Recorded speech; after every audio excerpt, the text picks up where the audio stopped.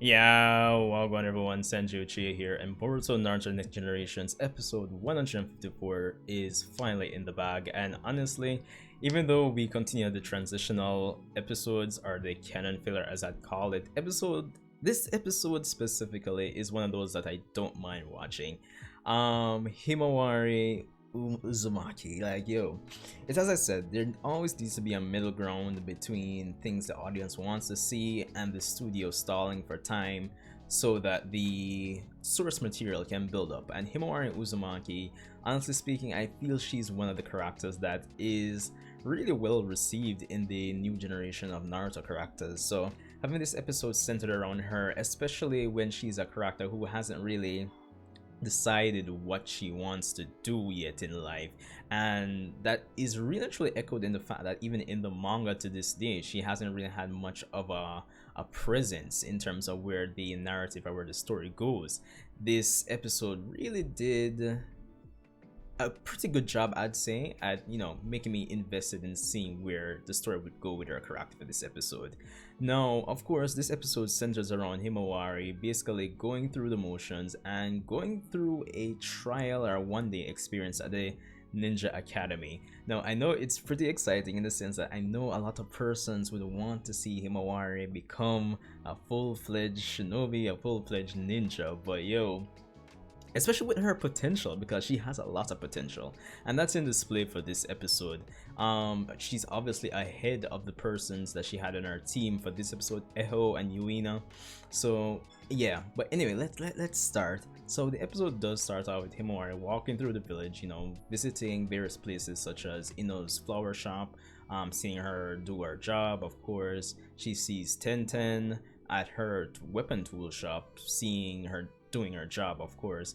And of course, we're presented after this with a scene of Hanabi talking to Hinata and Boruto about Himawari's future, which is understandable because if this was in the era like Naruto's generation, like becoming a shinobi at this point, she would have already been in the academy when you really think about it.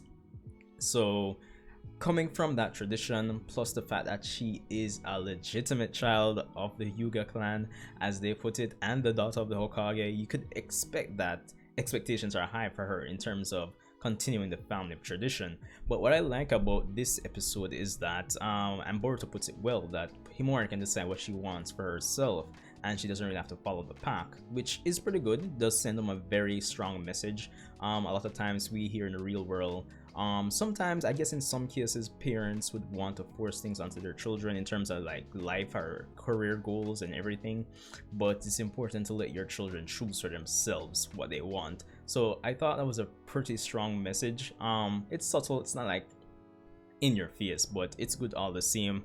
But yeah, we continue from there as Hanabi showcases to Himawari that they have a one-day trial, or shinobi trial session at the academy, where they basically learn or experience what the academy has to offer, just to kind of help them make up their mind essentially. And we're treated to Himawari teaming up with these two characters for this episode, Yuina and Eho, who we'll probably never see again if I'm being honest. But then again, who knows what the future holds. But they essentially go on a few trial experiences, a few runs, and experience what the academy has to offer. Stuff ranging from like shuriken training, chakra control to walk up objects, and even a trial mission. But it's through all of these missions and test runs that Eho, who is dead set on becoming a shinobi, gets disappointed with Himawari because she can't really decide on what she wants to do. And it's understandable. It's something we've seen in anime before, where one character is resolved to do something and he puts down another character for not having the same resolve. So it kind of feels like character B is making fun or just doing stuff for fun, where character A has basically would throw his life away for it. So something we've seen before. Of course, that is the point, that's the conflict that they set up for this episode. And it gets kind of physical for a little bit, where Eho basically roughs up Himawari for not wanting, basically he doesn't want to go on a mission with someone who hasn't been resolved to become a shinobi. So we have Iruka in the episode giving Himawari a pep talk, and it's good. it kind of makes me regret Kishimoto not using Iruka much more in Naruto, honestly, considering he's such an important character for Naruto's development. And then, like, in retrospect, it's like Iruka just pushed to the wayside after those first few moments in the original series, and it's really disappointing. But I'm glad to see that he continues to be like a beacon of, you know, direction, a beacon of hope in terms of, you know, motivating and helping the Uzumaki family. So the trend continues through to the next generation, and that was good. I like that.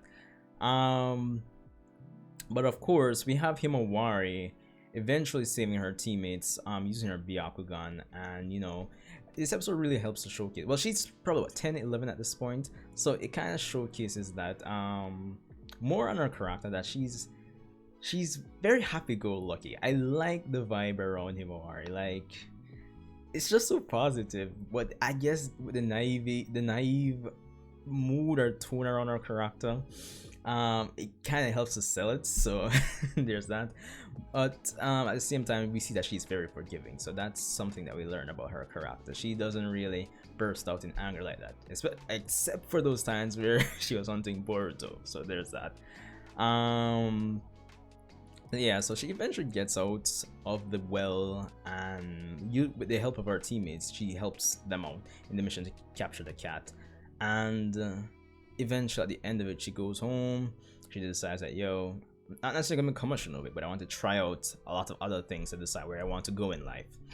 So that's the episode in a nutshell. And as I said, it's a very strong message about, you know, children of the next generation deciding for themselves what they want, you know, seeking their own happiness and not let it be forced on you. I think that's really the theme of the episode, and I liked it, honestly. As I said, Himawari, definitely one of the, I think, one of the more well-received characters for the next generation. So having an episode focused on her, especially since she doesn't have much screen time in the grand scheme of things, where the anime and, well, where the manga is concerned specifically, I thought this episode did a good job of the whole balancing act, as I mentioned earlier in the video, where this is an episode I'd want to see. It's really chill, it does great as a transitional episode, and it does help the studio at the same time stall for time for the manga to build up, or at least before getting into the whole Kara side of things. So yeah, there's that.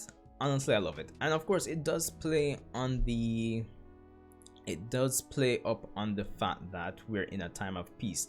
Basically, it plays on the fact that the peace afforded by the last generation puts away or allows the next generation to go along different paths. They don't have to always, you know, become shinobi, let's, you know, be in wartime and all that. It kind of really signals back or emphasizes that, yo, Naruto and company really did something by winning the 4th Great Shinobi War, and the uniting of the 5 great nations really has impacted the lifestyle of the next generation. So that's what I really liked about the episode. I know persons want to get into the tension and all of that, and the conflict and the grand battles and everything, but I'm of the opinion, and I even share this opinion where the Dragon Ball franchise is concerned.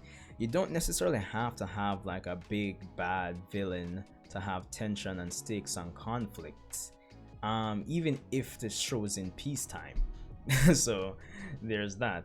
But at the same time, I do understand the complaints. You know, there needs to be a balance. The entire show doesn't need to be dragging out the piece.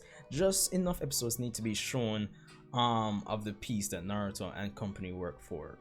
But yeah, you get the idea. But anyway, let me know what you thought about episode 154. I definitely liked it. And especially with this whole virus situation, then I'm kind of expecting the Boruto anime to eventually, you know, drop off or start doing reruns. Who knows? But we'll see. But anyway, Sanji Uchiha here. Be sure to leave a like. Let me know what you thought about this review and the episode. Leave a comment. Subscribe, of course, naturally, for most things Boruto. Not all things Boruto, but most things Boruto. And of course, if you haven't checked out my previous videos, Tower of God, Boruto Manga Chapter 45, they'll be here. Check them out if you want. And I'll see you guys in the next one. Happy Sunday.